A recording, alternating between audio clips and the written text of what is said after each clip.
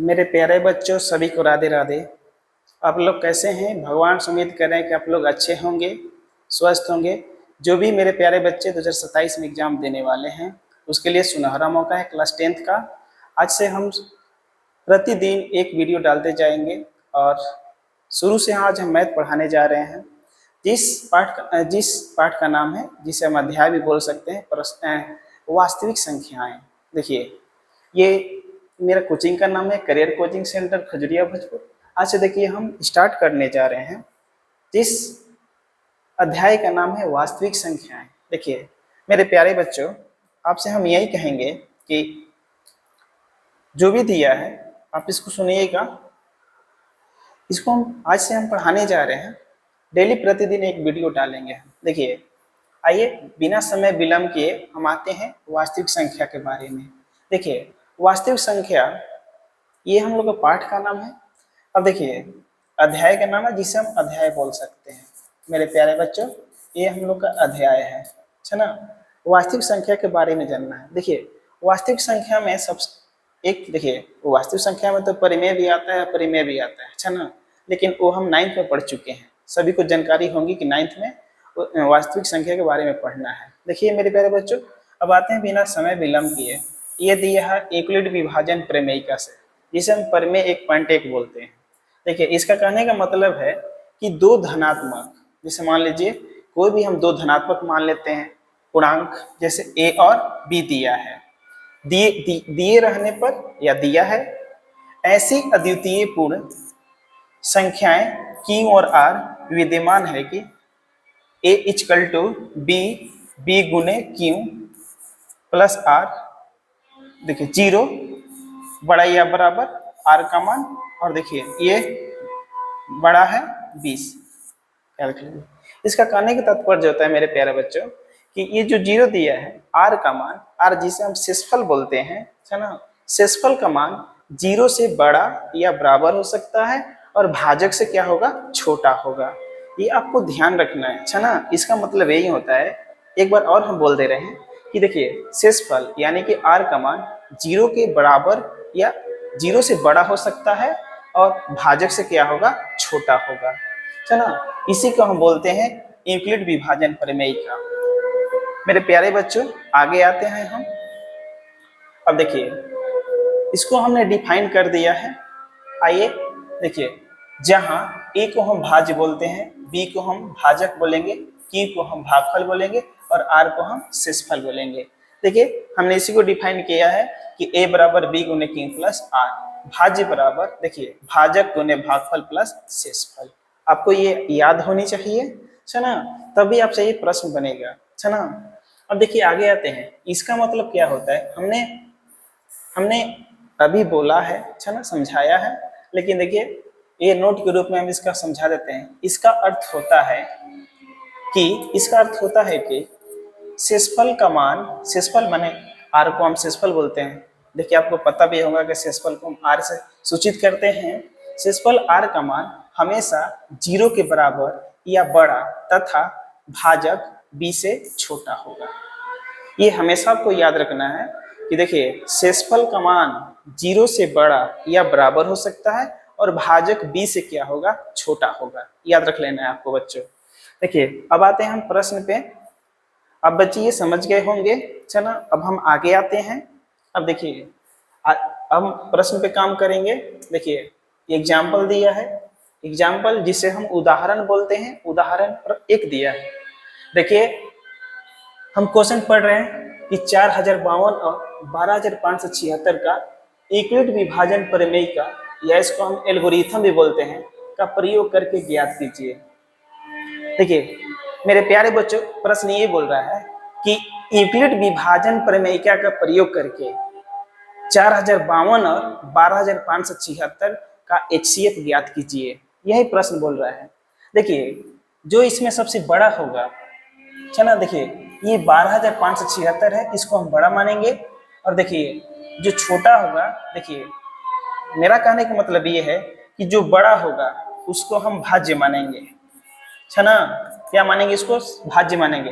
भाज्य हो जाएगा 12576 और मेरा भाजक होगा, आपको याद होगा मेरा भाजक होगा कि 4052। देखिए इसका कहने का मतलब है कि हम क्या करेंगे कि 12 भाजक से भाज्य में भाग देंगे। देखिए इसको हम क्या बोलेंगे, ए को हम भाज्य बोलते हैं और बी को हम भाजक बोलते हैं और क्यू को हम लोग भागफल बोलते हैं। आप लोग को ये याद होनी चाहिए। और आर को हम क्या बोलते हैं, शेषफल बोलते हैं, याद रख लीजिएगा। देखिए अब आगे हम क्या करते हैं, इसको हम देखिए बनाते हैं। पहले हम भाजक में, भाजक से हम भाज्य में क्या देंगे, भाग देंगे। तो देखिए 4052 दिया है और 12576 को हमने क्या मान लिया, तो भाज्य माना है। हमने यहाँ पर लिखा भी है कि भाज्य 12576 और भाजक 4052। भाजक से हम भाज्य में भाग देंगे। देखिए 3 बार में ले जाएंगे इसको, हम 3 बार में ले जाएंगे तो 12156 जाएगा। देखिए इसमें से माइनस होगा तो 4020 आएगा, सॉरी 420 आएगा।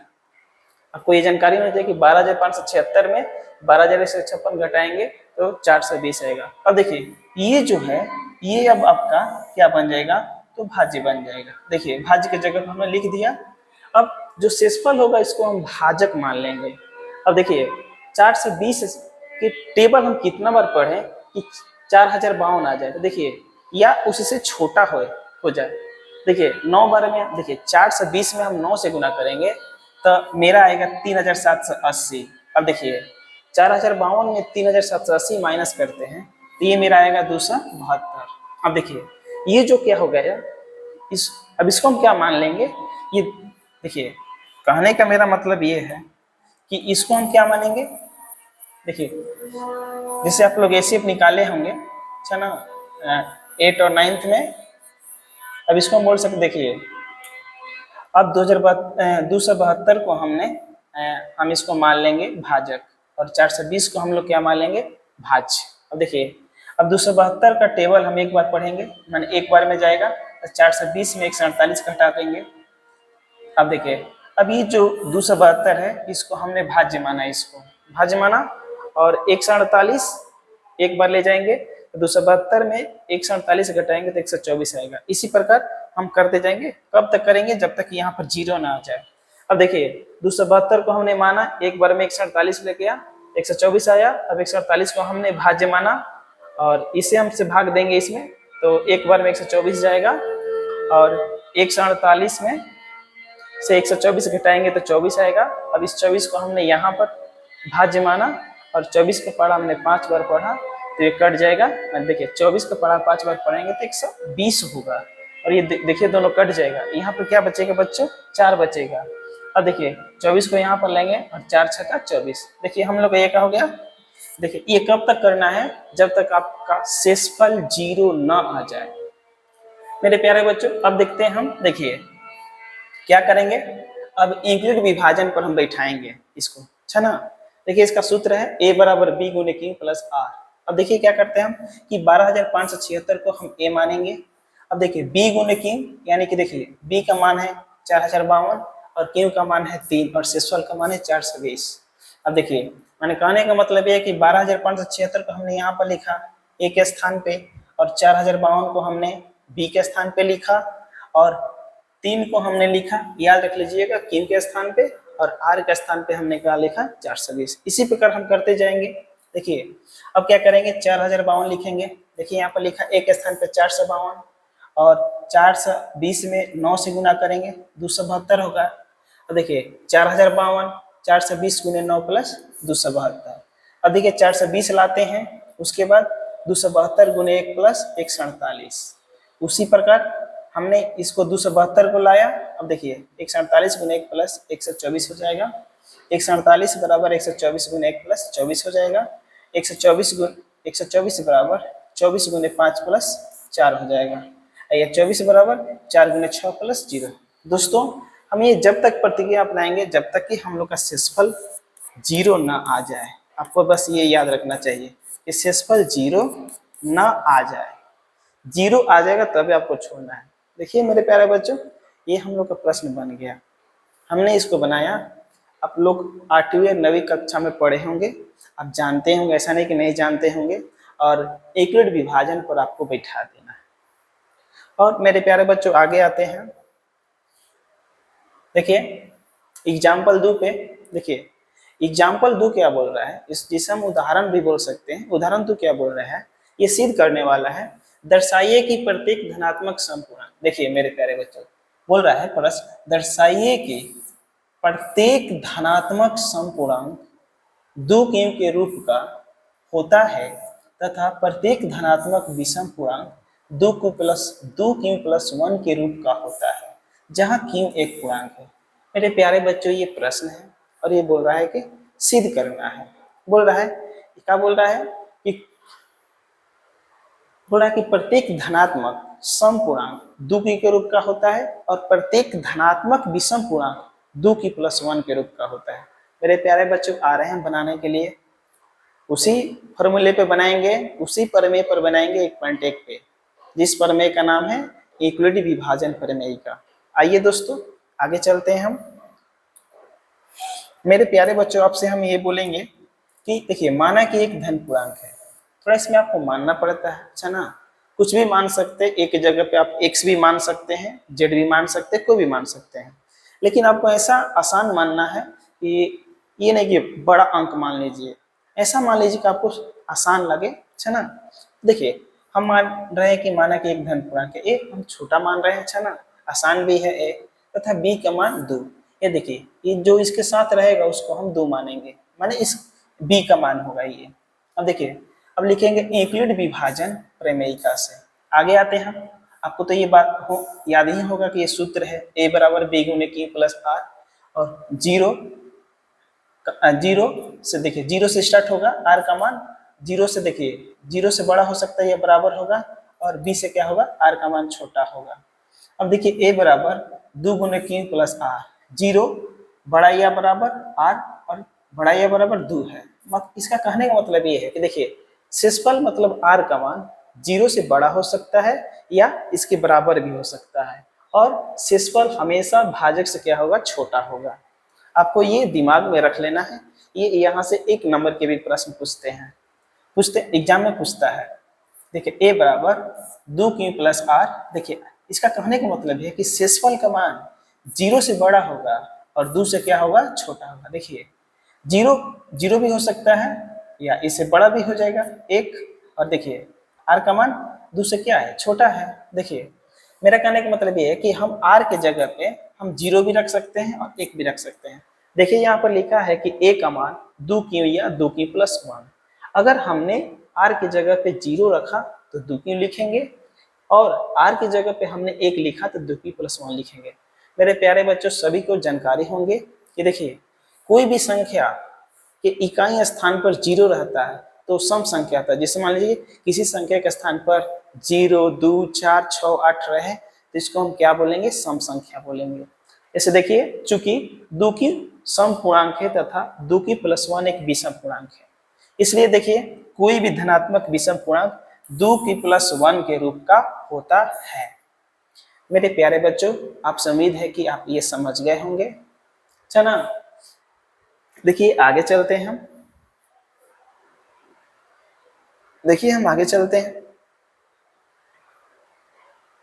ये आपको समझ में आ गई होंगी। आगे आते हैं हम। देखिए उदाहरण 3। देखिए जो भी मेरे प्यारे बच्चे उदाहरण 3 समझ गए होंगे, सॉरी जो भी मेरे प्यारे बच्चे जो उदाहरण 2 समझ गए होंगे, देखिए उस बच्चे को उदाहरण 3 समझने में आसानी होगी। देखिए क्वेश्चन यही बोल रहे हैं, बस इसमें क्या है, इसको हम बोलेंगे डिजिट चेंज है। याद रख लीजिएगा, डिजिट क्या है, चेंज है। हम आपसे यही बात बोलेंगे, है ना, और सब वो यही है। आप देख सकते हैं। आगे चलते हैं कि हम आपसे क्वेश्चन थोड़ा समझाते हैं हम आपको। दर्शाइए कि एक धनात्मक विषम पूर्णांक, माने प्रश्न में बोल रहा है मेरे प्यारे बच्चों, दर्शाइए कि एक धनात्मक विषम पूर्णांक 4q+1 या 4q+3 के रूप का होता है जहां q एक पूर्णांक है। मेरे प्यारे बच्चों ये प्रश्न है ना। देखिए आगे आते हैं।